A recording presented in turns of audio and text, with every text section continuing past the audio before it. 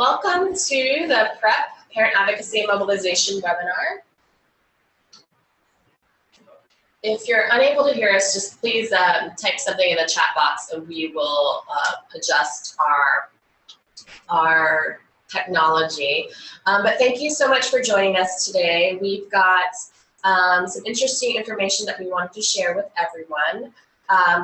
I know we've got a couple people who are planning on joining us, but we'll be going through and presenting a lot of different information that we hope is helpful. And if you have any questions, please type it in the chat box. So this webinar is provided by PrEP, the Parental Readiness and Empowerment Program, which is, sorry, I'm trying to make the slides move.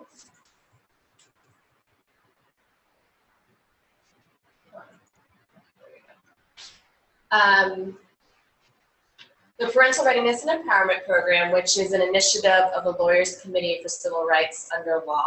And the purpose of PrEP is to improve student performance, reduce the racial achievement gap, and provide access to equal educational opportunities. And we work to help parents become more involved with their children's education. We provide a number of resources, including parent advocacy guides that you can find on our website for all 50 states, in-person workshops, and educational consultation clinics, along with webinars like these and video tutorials. We also work to ensure that parents have the tools to advocate for their children so that they have access to a quality education and greater educational opportunity. And just to note, we offer helpful information but not legal advice, and we try to be accurate, but rules can change and may vary by state and district. So today's webinar is we're going to go into a little bit more in-depth discussion on what exactly is advocacy, how parents can advocate, and how parents can be the best advocate for their child. So just to give you a brief idea of who we are, my name is Natasha Quiroga. I am the PrEP Manager and Senior Counsel for the Educational Opportunities Project at the Lawyers Committee. I've been managing the program for almost 6 years now, and it's been very exciting to see the program grow. Before the Lawyers Committee, I was at an education law firm advising state departments of education on federal education laws.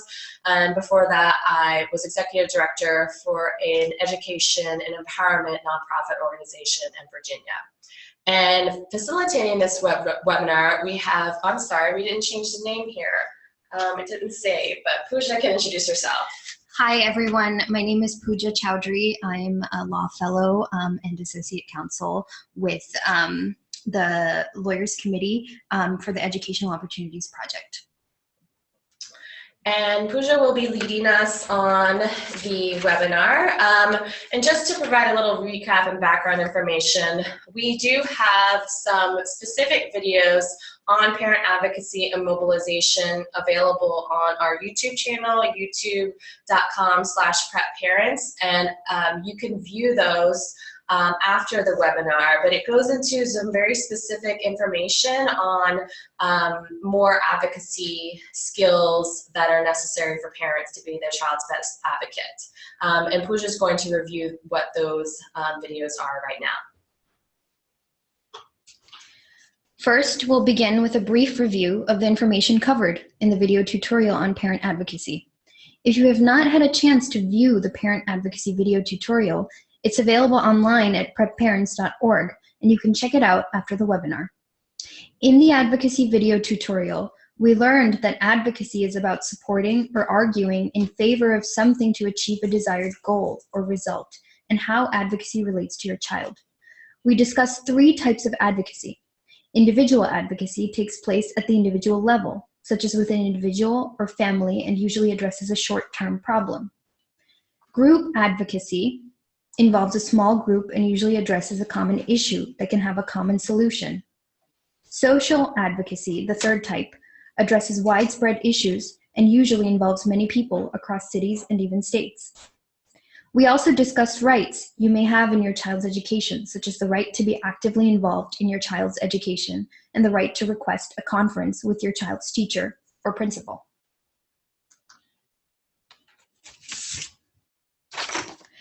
Next, we discussed how you as parents or guardians can advocate. Advocacy basics involve steps that you can take to ensure that your advocacy will be as effective as possible. You should first get educated to find out as much information about the rules and regulations of your child's school and school district. Next, you should get prepared by keeping track of any communications between you and the school. Finally, you should get support from your other parents or individuals with similar interests. Lastly, we discussed skills that can be useful when advocating. We talked about being strong and respectful when communicating with individuals from your child's school.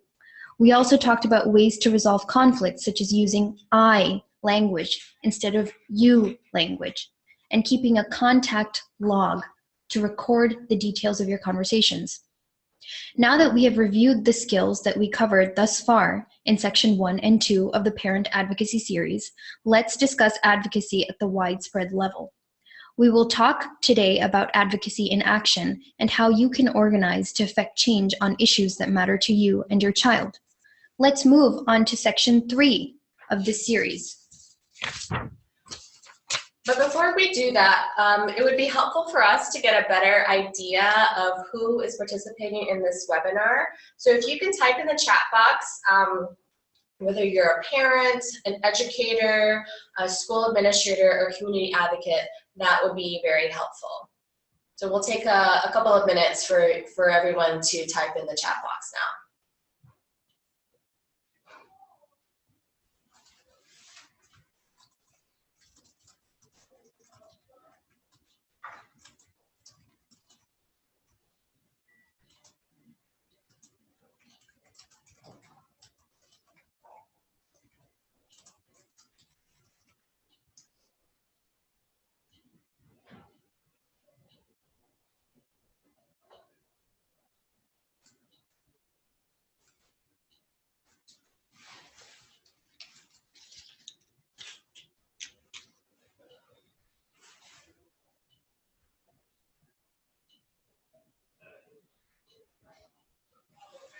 Okay, great. So looks like we have majority are advocates and a few parents.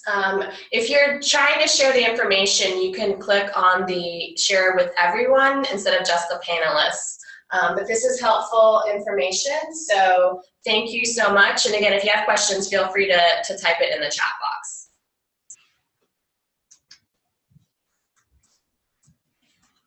Today, we'll talk about how to mobilize. You can mobilize on your own, but mobilizing can be more powerful and more enjoyable with others to work towards a shared goal. In order to mobilize, you need to know the need for mobilization, create an action plan, and then act. Once you've acted and contacted individuals who can help, you must then evaluate your progress.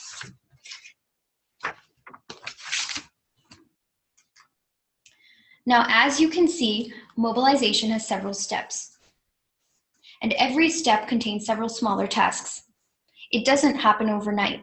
You will be prepared for it. This webinar will provide you with specific tools to guide mobilization. We have identified key steps, tasks, and questions that will strengthen your efforts. This tutorial will walk you through how to clearly plan for mobilization. The ultimate purpose is for you to feel comfortable leading your own mobilization efforts. The prepared worksheet we've developed for you captures and organizes the steps, tasks, and questions discussed here and provides a tool for you to mobilize on your own. Once you start filling it out, you can always share it with our organization or other parents to receive feedback, encouragement, and more ideas. We hope this clear structure gives you confidence that you have the skills to mobilize. Second, mobilization may require work, but it is also one that can have major payoffs. The more you commit, the more rewarding it can be. You can see huge benefits for your child and meet interesting new people. And don't forget, you are the most important role model for your child. So your mobilization teaches them an important lesson, that it is important to work hard for what you want and what you think is fair. The rewards of mobilization can provide a strong motivation to work through the various steps. So with that intro, let's get started. The heart of mobilization is a strong purpose. It gives us the inspiration to push through. If you're participating in this webinar, it's clear you have a strong desire to support your child. So to start, let's think about some purposes that could motivate our mobilization efforts. Purpose statements often begin with, I want, or I want the school or school district should. Examples include, I want my child to not be bullied in school. The school district should provide access to better textbooks. In the text box, please take a moment to list 1 or 2 purposes for your mobilization for your child that you can think of.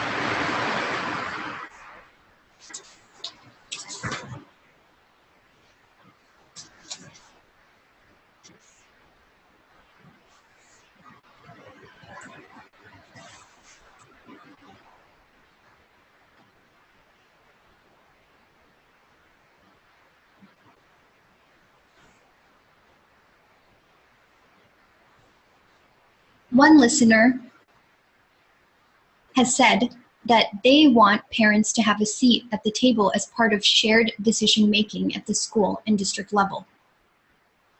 Thank you for that idea for mobilization.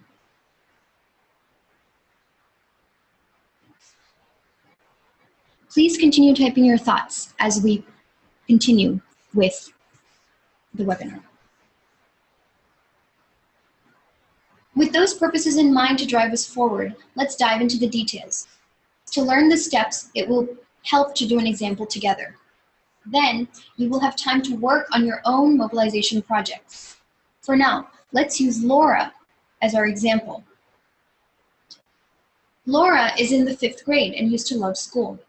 Her favorite class was science because she liked doing experiments and writing science reports. She also loved computer class. However, Laura and her family had to move schools because her mom had to change jobs. The new school is in the same district, but it does not have a computer lab. Laura also complains that her new teacher never teaches science and she is bored in class. Laura has suddenly started to receive lower scores on her grade reports. Now let's imagine how we'd feel if we were Laura's parents. Sad, frustrated, wanting to improve her situation. These emotions drive the question, what can Laura do? What can Laura's parents do? Let's walk through the steps together to come up with a plan. We start with step 1 of mobilizing advocacy. Know the need, which has several tasks within it.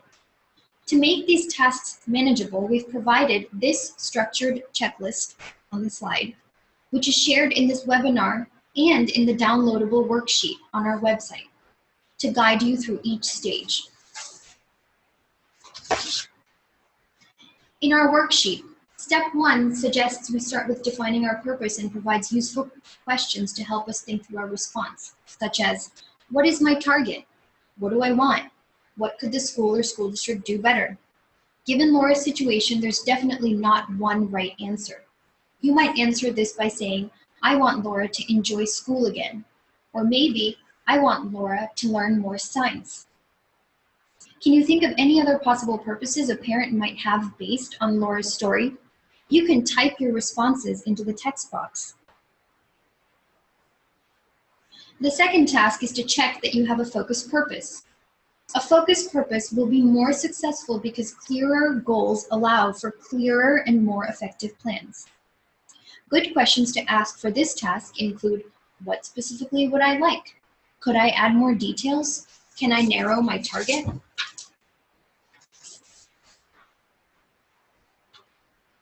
Let's consider the original purpose for Laura to do well in school. This could mean a lot of things, so it would help to focus this purpose. Maybe I'd say instead, make sure Laura is challenged in class and learns important skills related to science and computers. Let's have you practice focusing the purpose. Which of the following is the best option for focusing our goal, which is help Laura enjoy school again? A, Laura should be able to use a computer. B, the school should receive a computer lab and students should have computer class.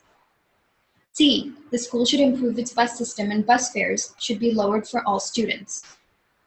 You can type in A, B, or C into the text box on your screen.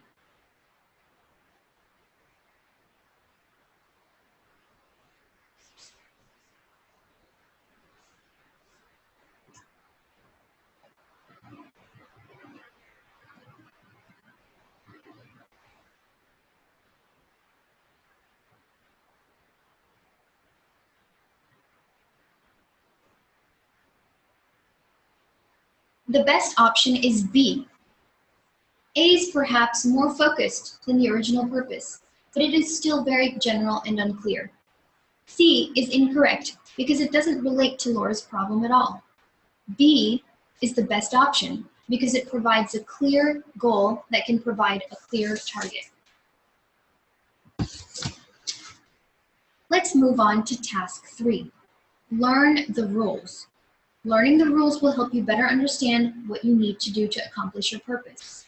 To learn the rules, it's helpful to ask, where can I go or who should I contact to learn more? It's important to brainstorm. For example, you can ask your school, research online, or contact an organization that helps parents. Given my situation with Laura, I might want to learn more about the state's academic standards for 5th grade in terms of science and computer requirements. Do these standards say the school should be teaching Laura science and computers? Can you help provide ideas for Laura's parents? In your text box, can you name places or people you could and would contact to find out more about the state's academic standards?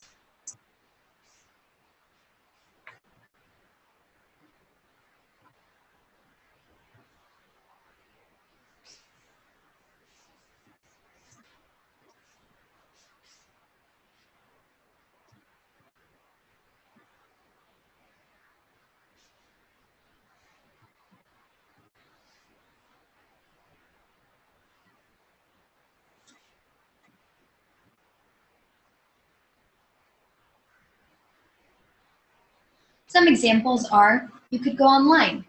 You could go to the school's front office. You could have a parent liaison. You could contact us at Prep.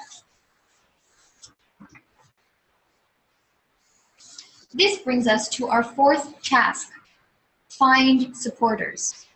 It's important to talk to other parents in a similar situation for 2 reasons. First, every parent needs supporters to help brainstorm ideas and provide encouragement.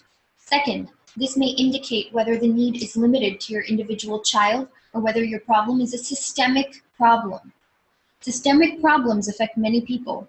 When dealing with a systemic problem, you want to increase your contact with other parents, and you will probably need to increase your research.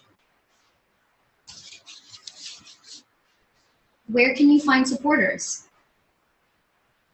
Which of the following are places where you might find supporters and other parents? A, family. B, church group. C, local education advocacy group. D, Prep website. E, all of the above and more. Type your answer A, B, C, D, or E into the text box on your screen.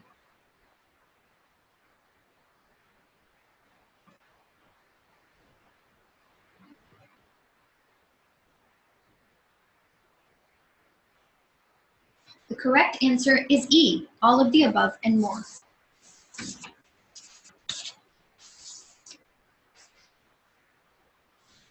Finally, the 5th task for Know the Need is to know what barriers you are facing.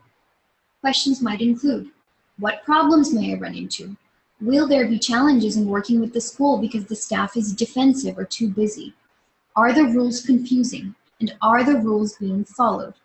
Do I have more personal barriers? Maybe Laura's parents aren't comfortable speaking English, or the teacher does not return their calls.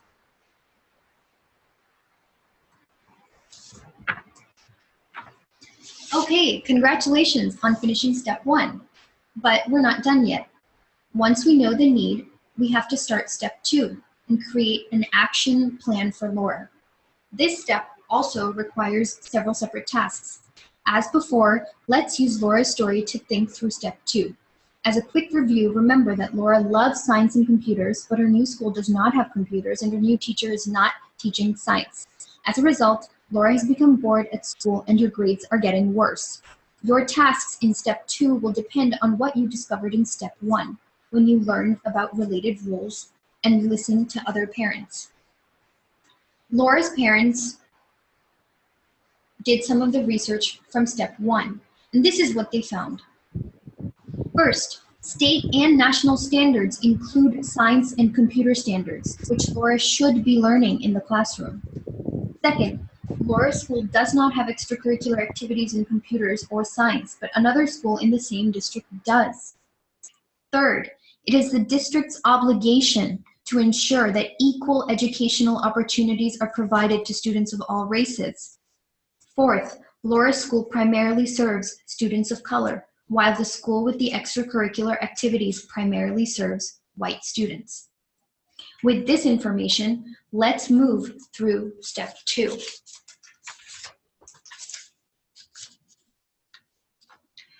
Our first task is to find solutions. Questions to ask include, what are possible solutions? How could things change in the classroom, at the school, in the district? Based on the information we just learned, what are possible solutions? Perhaps another parent told me that Laura should be able to take the after-school computer class at the neighboring school, and the district should pay for her transportation. Of course, other solutions are possible as well. Some other possibilities include, first, make sure standards are being taught at Laura's school. Second, make sure computers and after-school activities are spread fairly across schools so students of all races have equal access. Which one would you choose between these A, B, or C? There's no wrong answer. You can also work to accomplish all 3 solutions, recognizing that they might take different amounts of time.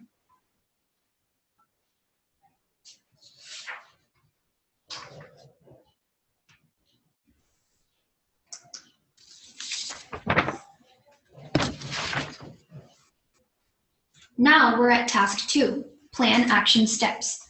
You can ask yourself, who is the best person or group to help achieve this solution? Where is the best place to advocate for it? At the classroom level, or school level, or district level? The school is often a good place to start.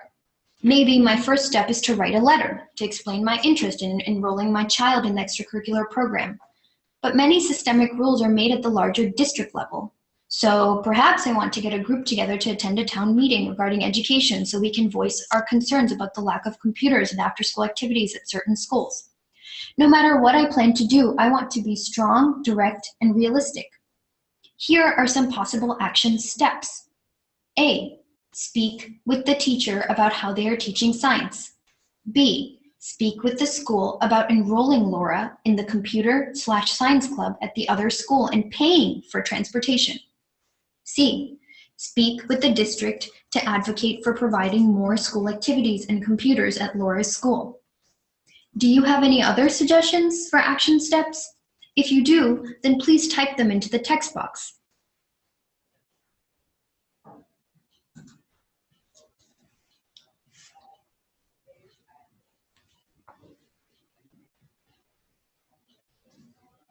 Tasks 3 and 4 will depend on the action steps that you have identified.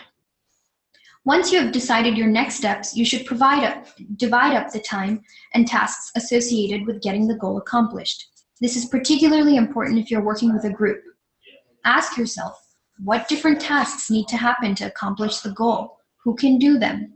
For example, one parent could be responsible for gathering information on state standards. Another parent could be responsible for finding organizations that can help. Another parent can find out when town meetings are, parent association meetings are, or school conferences take place. Dividing the work will lessen the pressure on each parent. Finally, task 4, you have to ask, how long will these steps take? When will you be able to set the time aside? Maybe the problem is a larger issue and you need more time to plan your next steps. Perhaps you need to attend weekly meetings that last 2 hours and also set an hour aside each week for contacting the school. You may even have to plan out time to work on your action plan. Now take a moment to reflect on your own schedule. Generally, what times during the week are you most available to work on the tasks you've identified? What days are you generally most available? A particular weekday or weekend, mornings, evenings? We're all busy, so carefully thinking through your time commitments will make it more likely that you'll actually complete each task.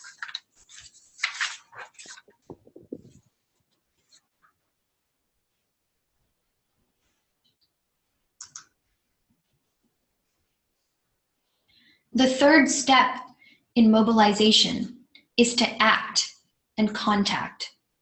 Let's go through some examples of how to think through these tasks with Laura. I'll list questions to ask yourself, but the answers will vary considerably based on what you have gathered in steps 1 and 2, which we just covered. The first task under the third step is to prepare. You should ask yourself, have I completed the preparation outlined in my action plan? Note, however, that you may not know everything before you take action, and that is okay. You can always use your conversations to ask more questions on how to learn more. The second task is to contact. There are many ways to make informal and formal contact with decision makers and communicate what you need. You should ask yourself, where can I communicate my concerns? Perhaps I could express my thoughts in a teacher's meeting or a school conference. Other questions include, how quickly do I need to communicate this? And should this communication be formal or informal? If something needs to happen in a day, it's more likely I would use fast and formal communication. Making a presentation or writing a letter to a principal, a board of ed, or committees are examples of formal contact. For this, I should spend more time thinking about what I would say and how I would say it. The third task is to follow through. As soon as you contact someone, make sure to follow up immediately. Be respectful and keep the relationship strong and keep individuals accountable. You should also ask, who could join me? It's helpful to get partners and supporters to participate too. The fourth task is encouragement. Sometimes one attempt doesn't work. That's why a group is so important. You will want to find those who will encourage you, and you will want to encourage others. Remember to remind each other of the positive effect that your advocacy can have on your children.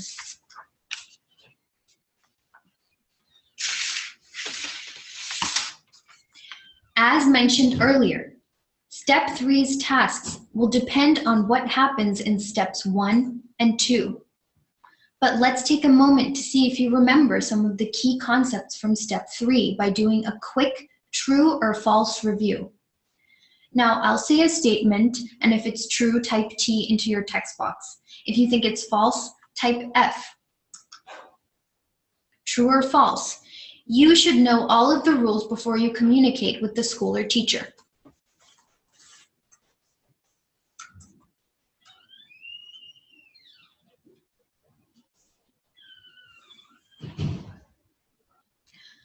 False. It's impossible to know everything, since there are an unlimited number of rules that exist.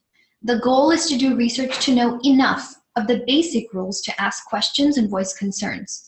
These conversations may raise new questions or ideas on places or people that can provide more information.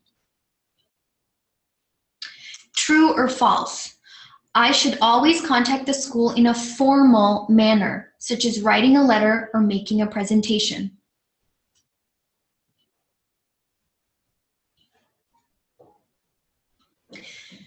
The answer is false.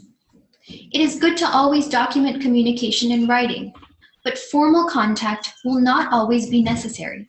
Sometimes calling a teacher or stopping by the classroom will be more effective and help you build a more friendly relationship with the school.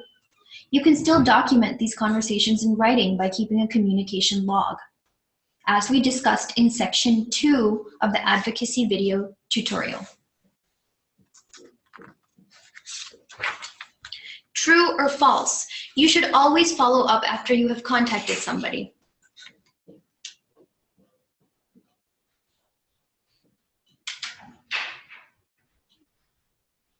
The answer is true. Following up can take different forms. It can be as simple as a thank you. Sending appreciation will make it more likely the person will be happy to speak with you in the future. If they have not responded, it is also good to follow up to remind them again of your message or request.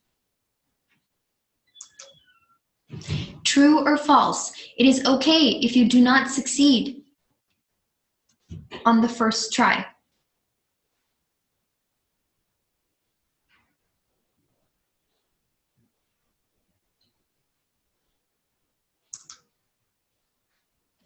The answer is true.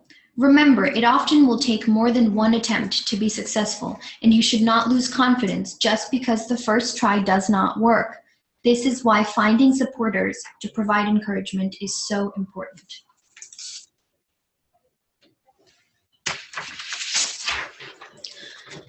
Let's go on to step 4. The final step to mobilizing, step 4, is to evaluate. Many of these issues are complex and take consistent advocacy to have any impact. Even with effective advocacy, you may not always accomplish what you set out to do. That is why it is important to evaluate your progress. Task 1 is to define success. Ask, what do I want to achieve? Are there smaller successes I may have along the way? This could be really simple. In Laura's example, your definition of success could be, I want Laura's teacher to start teaching more science. It could be more complex with many steps, such as by 2016, I want Laura's school to have a better science lab. With these big goals, I should think of smaller goals, since it's usually hard to achieve huge progress immediately. Maybe my smaller success would be building a good relationship with Laura's teacher, so I'm more aware of what subjects are taught. I may also want to get more science books for Laura from the library. Task 2 is to measure the right thing. Ask, are things better? Is my goal realistic, but possible with hard work? Don't just look at how bad things are. Look at how bad they used to be. For example, it may seem bad if your child got suspended 5 times this year, but if they got suspended 20 times last year, well, that's an improvement. Or stronger communication with a teacher, such as weekly conversations, can be a huge accomplishment. Make sure to keep perspective, since that takes time to build and will have effects all year round. For groups or people doing long-term advocacy, make sure you measure the same thing each time. With long-term goals, be sure to be realistic and optimistic about any effect that your advocacy has. It is easy to get discouraged, but keep going. Task 3 is to keep track of your progress. Ask yourself, do I have a system of keeping all important records and communications? Keep track of your child's test scores, their discipline record, and their experiences. For bigger problems, keep track from year to year. Maintain contacts and ask them for information on improvement. Consistent advocacy over a long period of time can be very, very effective. Task 4 is to change the action plan. After taking action, evaluate and be flexible. Ask yourself, did I learn anything that may change my plan? My plan may not have worked the way I wanted. You should not give up on your plan too quickly because success can take time and several attempts. But other times, changes need to be made. That's fine. You can go ahead and change the plan if it appears another method will be better. For long-term groups, a new evaluation starts the advocacy process over again back at step 1, knowing the need. and creates an advocacy cycle of needs assessment, action, evaluation, and new action.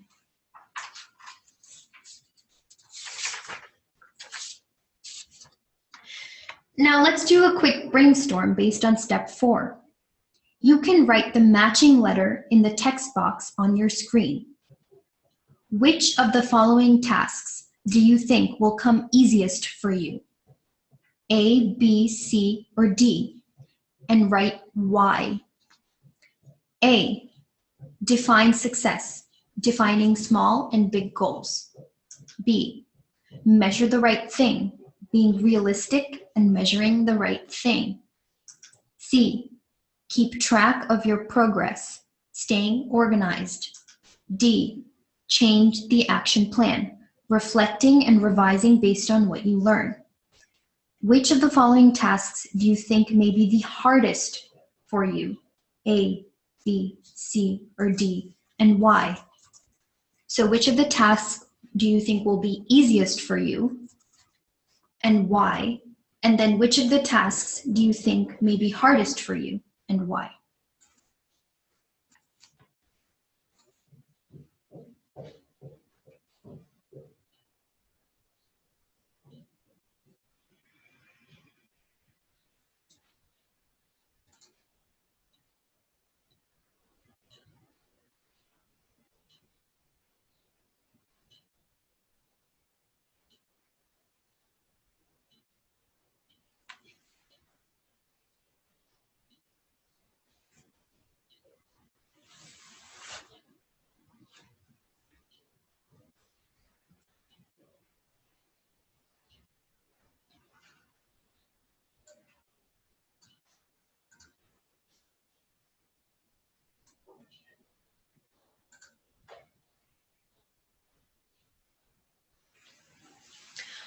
One of our participants wrote, "It's easiest for them to define success because they tend to know what they want the outcome to be.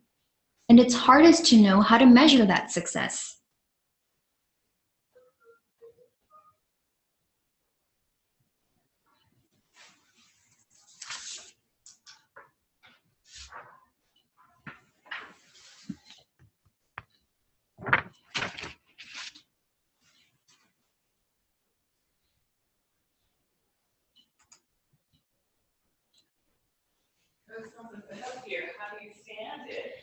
Now you've learned all the steps.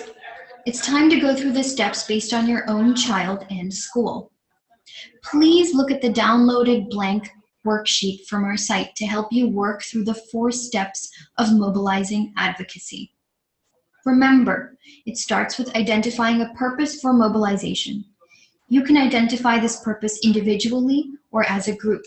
There are some examples listed here, but you should choose one that is important to you and/or your group, and this will vary for each person in group. Start with step 1. If you would like to receive feedback to step 1, you can send your draft at contact us at prep, P-R-E-P, at lawyerscommittee, LAWYERSCOMMITTEE.org.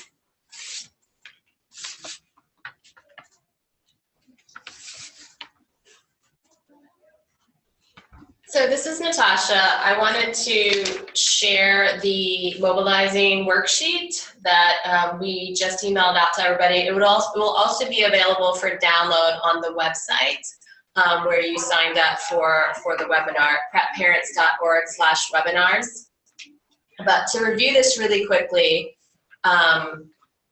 we have this broken down, the mobilization steps, into concrete steps that that Pooja has discussed. And so you can fill this out specifically to your own need and to your child's need. And this is something, a document that can be shared with the parents that you work with.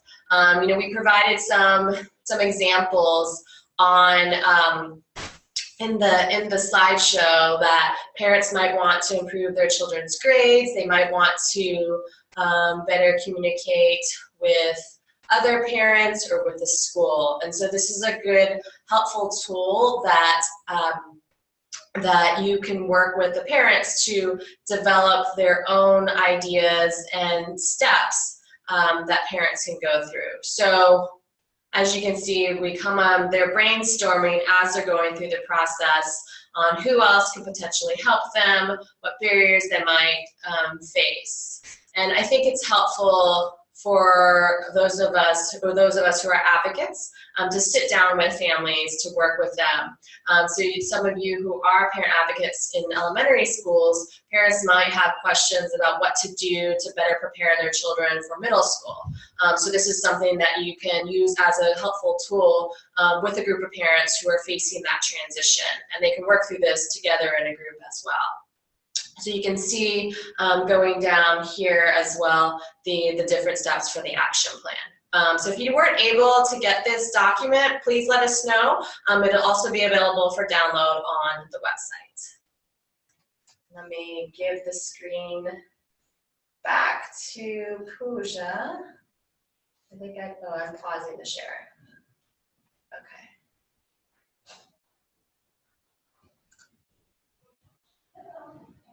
What are we seeing now? Sorry for the complications. I'm stopping share, sorry. So Pooja is now back in to share her screen. And we're back.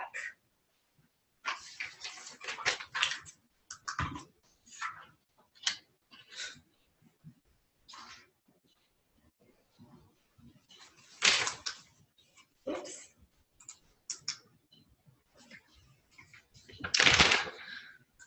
Okay, let's do a final review of what we just covered in all these slides. First, we explored the definition of advocacy. Next, we discussed basic knowledge and skills that are useful to effective advocacy. And finally, we talked today about mobilizing action and ways to seek change beyond the individual level. We provided tools for advocating for your child, as well as tools to advocate for issues that affect your child. Let's take this moment to take any of your lingering questions that you may have.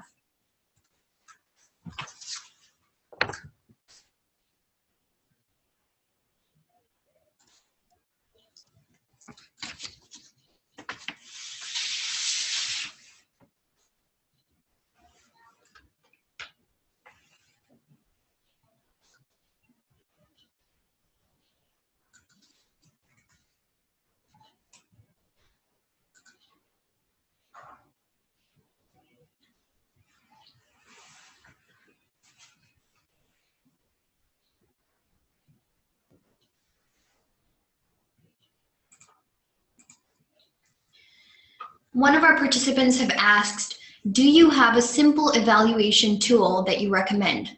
I'm going to pass it over to Natasha for her input. So that's a great question. I think it does depend a lot on what sort of activity the parent or you as advocates are focused on. I think that's something, if we have a specific idea in mind, we can definitely talk about and work with you offline. I think there are some evaluation tools that are pretty easy to Google related to certain issues. Now, if this is something that's more systemic, larger scale problem, there are more likely to be some tools available. But if it's something that's specific and something on like an individual advocacy level, it's going to be a little bit harder to find those tools. But I think from what we've discussed, there are some just basic questions that parents and advocates can review in order to evaluate whether or not the goal has been reached. I hope that answers the question. In some, it's harder not knowing the specific issue, but Gail, if you have more specific questions, feel free to send us an email as well. So we have another question about templates for letters to confirm a conversation with the school that parents can use. And we actually do have some templates that we have developed. One of the resources that PrEP offers are our educational consultation clinics. where parents can meet with our pro bono attorneys to get their education questions answered. And a part of that service is helping parents draft letters that they can send to the schools. We actually have our virtual clinic where parents can now virtually chat with volunteers, but this is only in the state of California. But volunteers have access to a template of letters. So we do have templates that we can definitely share with folks, confirming conversations with the schools, as well as, you know, we've got very specific ones related to special education and school discipline issues. So what we'll do is we will post a template letter specific to this one on, you know, basically stating that, dear school or principal, I am following up with you to confirm our meeting on X date where we discussed X, Y, and Z. You agreed to do X by this certain date, and then sign the parent. So we'll definitely post that on the website. And if you guys have suggestions for other templates, we're happy to explore options on drafting those, because that's a very good point that parents sometimes struggle with, one, realizing that they need to follow up and confirm things that the school or the teacher has said, but they also struggle with how to sort of conduct that follow-up, whether it's because of language barriers or just being unsure about how to do that process. Any other questions?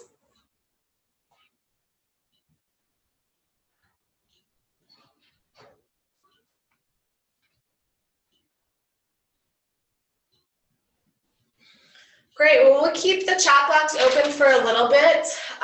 We want to thank everyone for participating today, and we'll add a quick SurveyMonkey link in the chat box. If you can share that or complete that survey and give us some feedback on the webinar, today's webinar.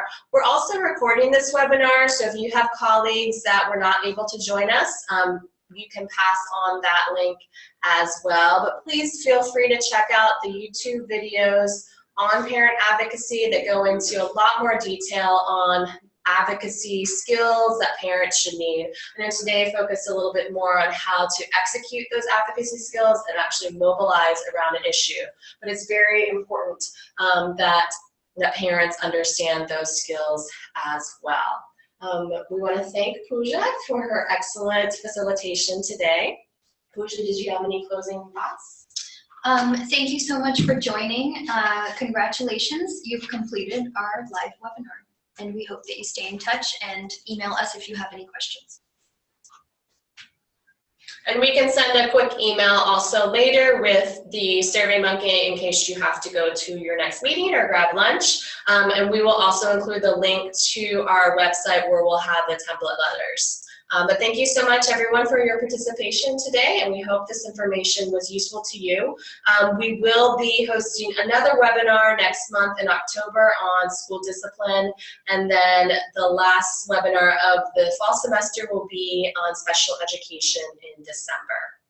So thanks, everyone.